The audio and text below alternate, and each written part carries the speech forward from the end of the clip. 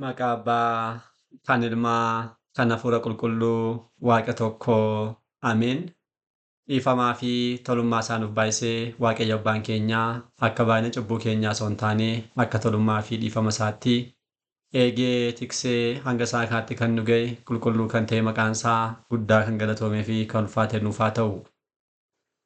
Maatiiwwan Waaqayyoo, ijoolleen haadha keenya qulqulleettii Dubroo Maariyaam hundi keessan bakka adda addaa taa'uudhaan sagalee kana kan dhaggeeffattan maqaa Gooftaa keenyaa fi Fayyisaa keenyaa Iyesuus Kiristoosiin nagaan isin gaafadhaa. Akka isaatii bakka jirtanitti akkam bultanii, akkam ooltanii, akkam galgaleessitanii. Ameen. Galateeffamuun amala uumaa keenyaa, Fayyisaa keenyaa, Sillaasee kan ta'e maqaan isaa baddaa samii irratti afaan qulqulloota ergamoota isaatiin, afaan qulqulloota abbootii keenyaa, afaan moolii keenyaadhaan yeroo hundumaa kan galateeffamu, nu birattis guddaa kan galatoomee fi kan ulfaate nuuf haa ta'u. Deessuu Gooftaa keenyaa, haadha hunduma keenyaa, qulqulleettii Dubroo Maariyaam, qulqulloota ergamoota Waaqayyoo, qulqulloota abbootii keenyaa, afaan moolii keenya hunduma isaaniidhaaf akka kennaa isaaniitti galannii fi ulfinni guddaan isaaniif haa ta'u. Egaan maatiiwwan Waaqayyoo koorsii keenya qo'annaa kitaaba qulqulluudhaan boqonnaa sadeeffaa kitaabilee kakuu moofaadha barachaa kan jirru. Barumsa kanaan kutaa 28ffaa guyyaa darbe baranneedhaan raajota kakuu moofaa 16 keessaa raajii kurnaffaa kan ture waa'ee Yoonaas akkasumas immoo raajii isaadha barannee kan dhaabbanne. Barumsa kanatti fuudhaan akka fedhaa fi eeyyama Waaqayyootti guyyaa har'aa immoo kutaa 29ffaadhaan raajii 11ffaa kan ta'u raajii Naahoom kan barannudha kan ta'u jechuudha. Waaqayyoo akkuma yeroowwan darbanii har'as nu gidduutti argamuun fedhaa fi eeyyama isaa nuuf haa ta'u. Egaan akkuma barsiifanne jalqaba dursinee waa'ee Naahoom waan ta'e erga ilaallee booda taansinee immoo kitaaba isaadha kan ilaallu jechuudha. Naahoom jechuun jajjabina jechuudha. Jajjabina jechuudha. Jajjabina jedhamee maqaan isaa durseetuma kan moggaa'e kun dhugaa dubbachuudhaaf kitaaba isaa gaafa ilaallus akkuma kana jajjabina kan ta'edha. Kitaabni isaa jajjabeessaadha. Isa kana gara fuulduraatti amma kan barannu jechuudha. Akkamitti jajjabeessaa akka ta'e ibsamee ni arganna jechuudha. Naahoom inni jiraachaa kan ture achuma dachee Israa'el kutaa Galiilaa naannoo addaa maqaan ishee Qifirnaahom jedhamtu keessadha. Qifirnaahom jechuun mataan isaa maquma isaadhaan kan moggaa'edha. Qifir jechuun mandara yookiin naannoo jechuudha. Naahoom immoo maquma isaati. Innaan mandara Naahoom jedhamee maquma isaadhaan haala kanaatiin isaaf moggaa'edha jechuudha. Naannoo Qifirnaahom jiraachaa ture jechuudha. Isa kana kakuu waadaa keessatti bakka baay'eetti dhimma kana Qifirnaahom kan jettu ni arganna. Fakkeenyaaf qulqulluun Phexros bakka inni jiraachaa turedha. Qulqulluun Phexros Qifirnaahom kan jiraachaa kan ture. Akkasumas raajiiwwan gooftaan keenya raawwate tokko tokko Qifirnaahom akka isaan raawwataman ni arganna. Inni kun maqaa isaadhaan kan moggaa'edha jechuudha. Bara inni jiraachaa ture naannoo bara mooticha Hisqiyaas akka ta'e hayyoonni baay'een irratti waliif galu jechuun naannoo bara 600 keessa jechuudha. Bara kana jiraachaa akka ture hayyoonni baay'een irratti waliif galaniiru. Inni bal'inaan waa'ee badiinsa lammaffaa Naanawwee kan argedha. Naanawween marsaa jalqabaa ni baddii jedhamee Yoonaas akka deemee lallabuudhaaf Waaqayyo taasisee ture. Innaa lallaba Yoonaas dhaga'uudhaan namoonni sun gaabbii galanii gaabbii isaanis Waaqayyo fudhachuudhaan akka inni dhiifama isaaniif taasise barannee dabarreerra waa'ee Yoonaas yeroo barannu. Erga sanaa booda garuu Naannawween marsaa lammaffaadhaaf baddeetti jechuudha. Isa kana raajii kana Naahoom mataan isaa barreessee ni arganna. Raajonni baay'een amma asitti Naahoom jalqaba maal jennee jajjabina jechuudha jennee kan dubbanne sana asitti sirriitti ibsamee ni arganna. Raajonni kakuu moofaa baay'een isaanii saboota Waaqayyoo, ijoollee Waaqayyoo warreen ta'an Israa'eloonnii fi Yihuudoonni saba balleessaa isaaniidhaaf akka isaan harka diina isaanii jalatti warreen Israa'el yookiin warreen kaaba jiraatan Naanawwee yookiin immoo Asoor mootummaa Asooriin akka isaan booji'aman. Warreen gara kibbaa jiran Yihuudoonni immoo mootummaa Baabilooniin akka isaan booji'aman akka isaan kufan dhimma kanaadha bal'inaan raajonni baay'een kan isaan haasa'an jechuudha jalqabaa kaasnee ilaalaa akkuma dhufne. Raajichi Naahoom garuu isa kanarraatii addatti waa'ee kufaatii diina isaanii kana kan agarsiisudha. Diina isaanii jechuun warra Asoor jechuudha. Asoor jechuun immoo naannaweedha. Mootummaan Asoor qabatee kan jiru naannawee waan ta'eedhaaf kufaatii isaaniidha. Isaan kun akka isaan kufan ingidihi saboonni warreen gara kaabaa jiran Israa'eloonni bittaa Asoor jala galanii naannawee jiraachaa turaniiru. Innaa yeroo sana badiiwwan kutaa darbee yeroo waa'ee Yoonaas barachaa turre naannawee amma ta'e kaasneerra cubbuuwwan gurguddoo achitti raawwatamaa turaniiru. Lubbuu namaa ajjeesuudhaan itti bashannanu, nama rakkisuudhaan itti bashannanu amma kanaatti taasifamaa kan turenna. Saboonni Israa'eloonni achitti booji'amanii gidiraawwan kana hundumaa keessa jiraachaa kan isaan turani. Kana booda Naahoom maal dubbataaf namoota kanaafi mootummaan Asoor kun akka isheen kuftuuf naannaween akka isheen baddu dubbateefi naanni kun saboota Israa'eliif maal ta'e jajjabina ta'e jechuudha. Innaa hiikkaan mataa isaallee maqaa isaallee kallattii kanaan jajjabina kan jedhu karra walitti dhufaachuudha. Oduun yookiin raajiin isaa kun Israa'elootaaf jajjabina guddaa yaala. Innaa kanaan wal qabataadha. Raajiin seenaan isaa salphaadhumatti kan jechuu dandeenya. Gara kitaaba isaatti yeroo deebinu immoo raajii Naahoom raajii kitaabolee qulqulluu jiran keessaa raajota 16 keessaa 11ffaa irratti kan agarru raajii Naahoomidha. Innaa raajiin Naahoom kun isuma amma dubbachaa kan jirru raajii Waaqayyoo kan ta'e Naahoomiin kan barreeffame kitaaba isaan barreeffamedha. Kitaabni kun baay'inaan waa'ee badiinsa Naanawee kan dubbatudha. Naanaween kun akkamitti badde dursinee yeroo kitaaba seenaa barachaa turre kitaaba seensa kitaaba Izraadhaaf Nehemiyaadhaan jechuudha. Waa'ee mootota Baabiloon akkasumas waa'ee mootota Faaris warreen booda dhufan Asoor amma ta'e kaasneerra isaan kana kaasuun keenya ni yaadatama. Walumaa galatti mootummaan Asoor mootummaa Baabiloon dursee kan turedha. Mootummaan Asoor yeroo kufu mootummaa Baabiloontu dhufe. Baabiloon yeroo kufu immoo Faarsitu dhufe jechuudha. Innaa Naahoom kun dubbachaa kan jiru kufaatii mootummaa kan jalqabaadha kan Asoor jechuudha. Asoor jechuun immoo magaalli isaanii guddoon naannaweedha. Achi jiraachaa kanneen turanidha. Innaan mootummaan kun dhaloota Kiristoosiin dura naannoo bara 700 keessa baay'ee mootummaa humna qabeessa ture addunyaa irratti. Sababa kanaan bakka adda addaa addunyaa bakka baay'ee qabataniiru. Israa'el osoo nafiin qabatanii turaniiru. Saboota jiran guutummaa isaanii warreen nagadii 10 yookiin warreen gara kaabaa jiran Israa'elotaan booji'anii naannawitti gashaniiru. Biyya isaaniitti jechaadha. Innaa kana booda garuu hin turre naannoo baroota 600 keessa mootummaan Asoor kun Beetelehee dursee cubbuun isaanii baay'ee waan ta'eedhaaf Waaqayyo eenyu itti argee ture? Yoonaasin itti argee ture. Kana booda lallaba Yoonaas dhaga'uudhaan gaabbii galanii Waaqayyos immoo dhiifama isaanii taasiseera. Innaa kana booda garuu dhiifama kana booda waggaa 150 booda saboonni kun erga dhiifama Waaqayyoo booda ammas garuu cubbuu isaaniitti deebi'aniiru. Innaa cubbuun isaanii baay'ee sanaa olitti dhayyuu nama ajjeesuu, dhiiga namaa dhangalaasuu, sobaaf hanna ejja isaan kun wal qabatanii baay'ee cubbuu baay'ee magaala isaan irratti raawwatamaa turedha. Kana booda Waaqayyo akka duraanii raajii biraan ergineefi yakkaa marsaa takkaa yeroo gaabbii kenneefi gaabbii galaniiru amma deebi'anii hojii isaaniitti gaafa isaan deebi'an garuu kallattii maal isaan balleessuudhaaf raajiin isaaniitti dubbatame jechuudha. Kallattii Naahoom raajii dubbatee Baabiloon naannawee yookiin Asooritti duuluudhaan Asooriin barbadeessanii yookiin naannawee barbadeessanii biraa deebanii ofii isaanii addunyaa kana qabataniiru jechuudha. Mootummaan Baabiloon yeroo sanarraatu eegalee jechuudha. Innaa akka jarri kun akka isaan badan Baabiloon akka isaan naannawee kana balleessitu raajii Naahoomiin dubbatameera jechuudha.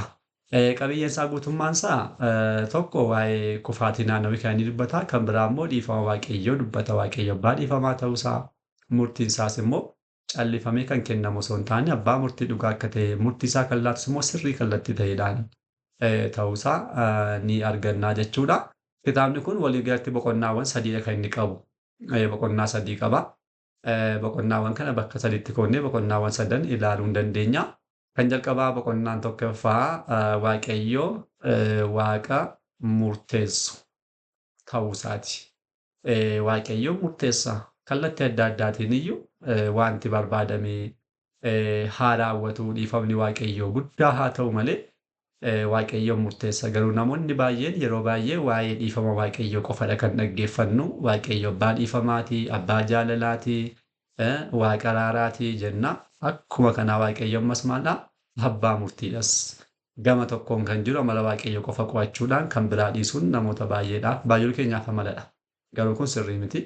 Amalli Waaqayyoo hunduu wal qixadha. Murtii dhugaa ni laata.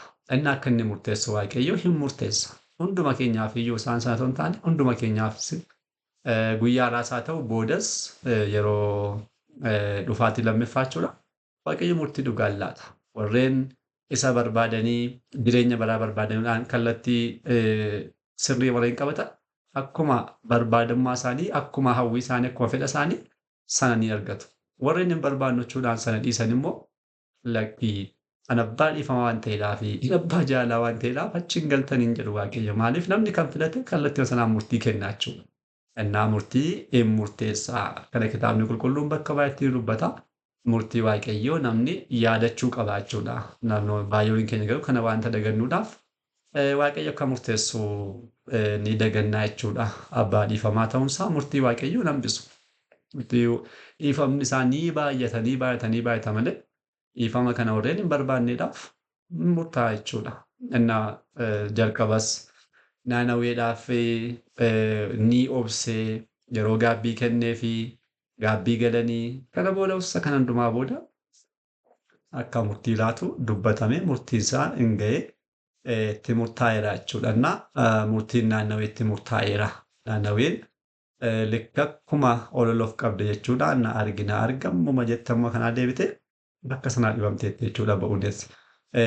Kun amala cubbamootaadha. Kitaabni qulqulluun bakka baay'eetti agarsiisaanii. Cubbamoonni gaafa jalqaban na argina argachuudhaan akka muka guddaadha. Qulqullichi Daawit hin dubbata mataansaa. Hin dubbata. Isaan irratti hin qanna'ini. Cubbamoota irratti hin qanna'in yeroodhaaf guddatanii mul'achuu danda'u.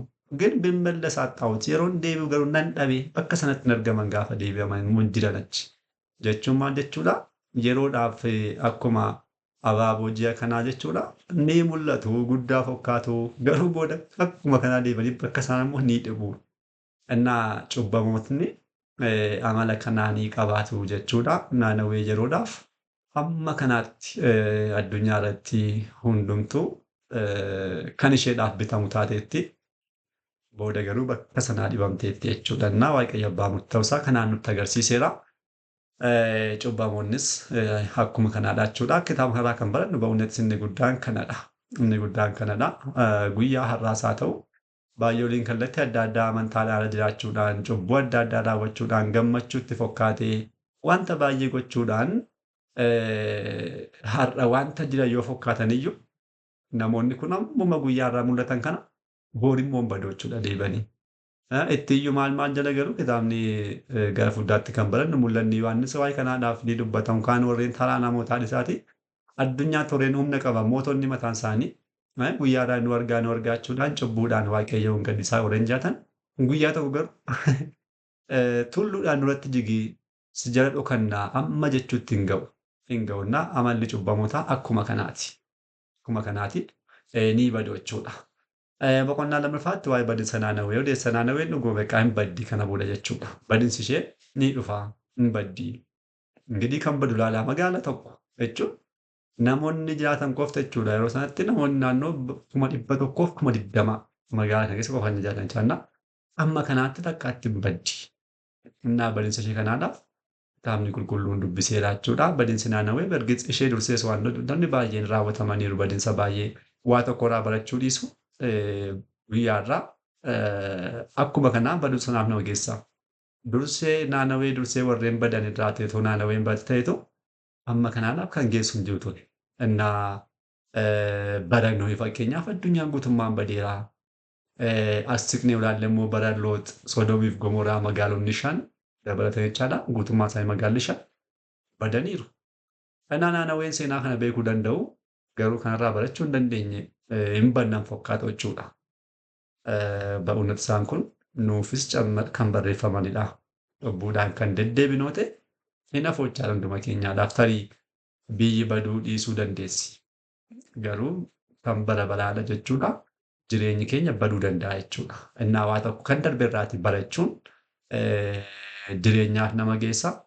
Kan darbe irraa barachuu dhiisuun immoo akkuma naannawee kana badinsaaf nama geessa jechuudha. Innaa waaqayyo karaa namaa oolchuu.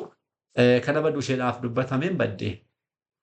Boqonnaan sadaffaa immoo sababa isaadha. Maaf akka isheen badde jechuudha. Waaqayyo callisee kan murteessu osoo hin taane sababa guddaa kan qabaatudha. Sababa wanta qabaatuufidha. Nuttis yoo murtaa'u sababa isaa kan eeggate ta'uusaa kitaabonni kun nutti agarsiisu. Fakkeenyaaf dhiiga dhangalaasuu isheedhaaf baddeetti. Ingirii dhiiga waaqayyo isadha lubbuu nama keessa kan kaa'e deebisee fudhachuu kan danda'u isa akka ta'e hin beeknu. Naannaween garuu kana gochaa turteetti. Sobnii fi hamni kan biyya sana keessatti baay'atedha. Sobaafanna jechuudha. Biyya akkasii waan taateedhaaf waaqayyo kanas sababa kanaadhaaf balleesseera. Dabalataanis immoo ejji raawwatamaa tureera. Gaalamoota kanneen jedhaman akkasumas qaama isaanii gurguran kanneen nyaatan baay'een kan gidijanidha. Kana hundumaarraa kan ka'e naannaween badinsaaf geessee jechuudha. Egaa isaan kun ba'uunatti kitaabni qulqulluun qabatee kan jirudha. Namnis kana hundumaa osoo beeknu osuma dubbisnu har'as sanumaan jiraachuun immoo baay'ee kan nama dinqisiisudha. Kana hundumaa osuma beeknu jechuudha. Wanti dursee bara naannawee dursee kan raawwatame irraati naannaween akkuma baratiin haftee badde. Sababa naannaween ittiin badde kanaanis har'a guyyaa irraan barannu yoo ta'e nutis boora akkuma kanaa ta'uun keenya nafu jechuudha. Innaa ba'uunis waaqayyoon gaddisiisuu irraati namni of eeggachuu qaba. Waaqayyo unkaan nama qofa miti balleessuu kan danda'u tokko keenya miti ajjeesuu kan danda'u kana qofa miti. Biyya mataa ishee balleessuu danda'a. Biyya amma kanaa qabduun balleessaa jechuudha. Innaa amma kanaatti danda'a. Waaqayyoon sodaachuun immoo dhuguma ba'uunis nuti baay'een keenya hin hubannu. Garuu kitaabni qulqulluun akkuma jedhu ogummaa jalqabaati waaqayyoodhaan sodaachuun waan hundumaa kan dursu jechuudha. So waaqayyoon sodaate namni rakkinoota kan hundumaa keessa hundi keenya hin gallu. Lammaa kanneen mul'atan biyyuma keenyatti kanneen mul'atan kana namni osoo waaqayyoodhaan sodaateetu osoo waaqayyoon kabaje kan hundumaa keessa galuu dhiisuu danda'a. Innaa waaqayyoon kabajuu waaqayyoon sodaachuu jechuun kan jalqabumaan abboommii isaa eeguudha. Waaqayyo kana jedheeraa eeyyeen kana raawwachuu qabna. Malee waaqayyo kana maaf akkas godhee kan akka jechuun namni waaqayyoon kabajuudhaaf sodaatu kan waaqayyo dubbate kallattii maan eegaa jechuudha. Waaqayyo immoo abboommoonni isaa abboommota jaalalaati malee kan nama balleessan miti. Innaa ba'uunatti kitaabolee raajotaa kun calleeffamaniitu guyyaarraa mana kiristaanaa keessatti kanneen baataman miti. Barri isaanii darbeera kan jedhaman miti. Kakuu moofaa keessa jiru. Amma waa'ee kakuu moofaa barachaa jirru. Kitaabni qulqulluun keenya kakuu moofaa isaarratti kan qabatu faayidaan isaa kana waan ta'eefidha. Isaanirraa mataa isaanirraa barachuu akka dandeenyuudhaafidha. Naannaween kan badde yoo sababa kanaafidha. Ishee dursanii immoo baay'ooliin badaniiru. Naannaween isaanirraan baratiin haftee baddeetti. Har'as nuti kanarraan barannu yoo ta'e carraan kun nurras ga'uu danda'a jechuudha. Namni sirriidhaaf qajeelaan garuu kitaaba qulqulluu namoota bakka gaafa dubbisnu waa ta'u gaafa dubbisnu mataa keenya bakka isa buusnee ilaaluu danda'uutii qabna. Isa kana gara fuulduraatti kitaabolee wangeelaa keessatti bal'inaan ni arganna. Kitaaba qulqulluu gaafa dubbisnu bakka sana mataa keenya buusnee dubbisuu kan qabnu malee abaluu miti bakka sanatti kan dubbatamaa jiru ba'uunis abaluu miti matuma keenyadha. Naannaween akkas gootee kana gootee aanumatti gochaa jira jennee kana laaluudha gaafa dubbisnu deebinee naannaween akkas taate kinis boo kana ta'uuf hin jira jennee gara gaabbiitti akka deemuudhaaf yoomuu taanaan kitaaboleen qulqullaa'oon guyyaa guyyaatti dubbisnuudhaaf barannu kun kaayyoon isaanii nama gara gaabbiitti deebisuudha waan ta'eedhaaf kan hundumaarraa akka barannuudhaaf bichaa kitaabni kun haala kanaatiin qo'atamuu danda'a. Yeroo qo'annu beekumsa qofaadhaaf osoo hin taane mataa keenya keessa galchuu wanta qabnuufidha. Kitaabolee ammaatti barachaa jirruuf gara fuulduraatti barannuudhaaf isaan kun sirriitti ilaalamuu qabu jechuudha. Kanarraa kan hafe ba'uunat muka isaa argatanii firii isaarraa kutatiin hafuu ta'uu danda'a. Mukicha argatanii maasii isaa yookiin lafa muka tokko biqilchu argatanii mukicha harka keessa galfatanii garuu achirraa immoo firii isaa nyaatiin hafuu ta'uu danda'a. Kitaabolee qulqullaa'oo kana qabnaa 60 qabnaa 70 80 ittiin fayyadamu taanaan faayidaa hin qabu. Innaa seenaa qofa kan goone isaan kanarraatii kallattii kanaatiin barachuu qabnaa kan jedhu argaan isaanii guddaani. Kanumadha kutaanii 29ffaa guyyaarraa Kutaa itti aanuun raajii 12ffaa kan ta'u raajii Hinbaaqoomiin deebinee kan dhufnudha kan ta'u har'aaf asumatti nu haa ga'u. Abbaa sagalee kanaa kan ta'e Waaqayyo Abbaa keenyaaf galanni ulfinni guddaan isaaf haa ta'u. Kutaa itti aanuun hanga deebinutti nagaa Waaqayyootiin turtii gaarii galanni Waaqayyoof.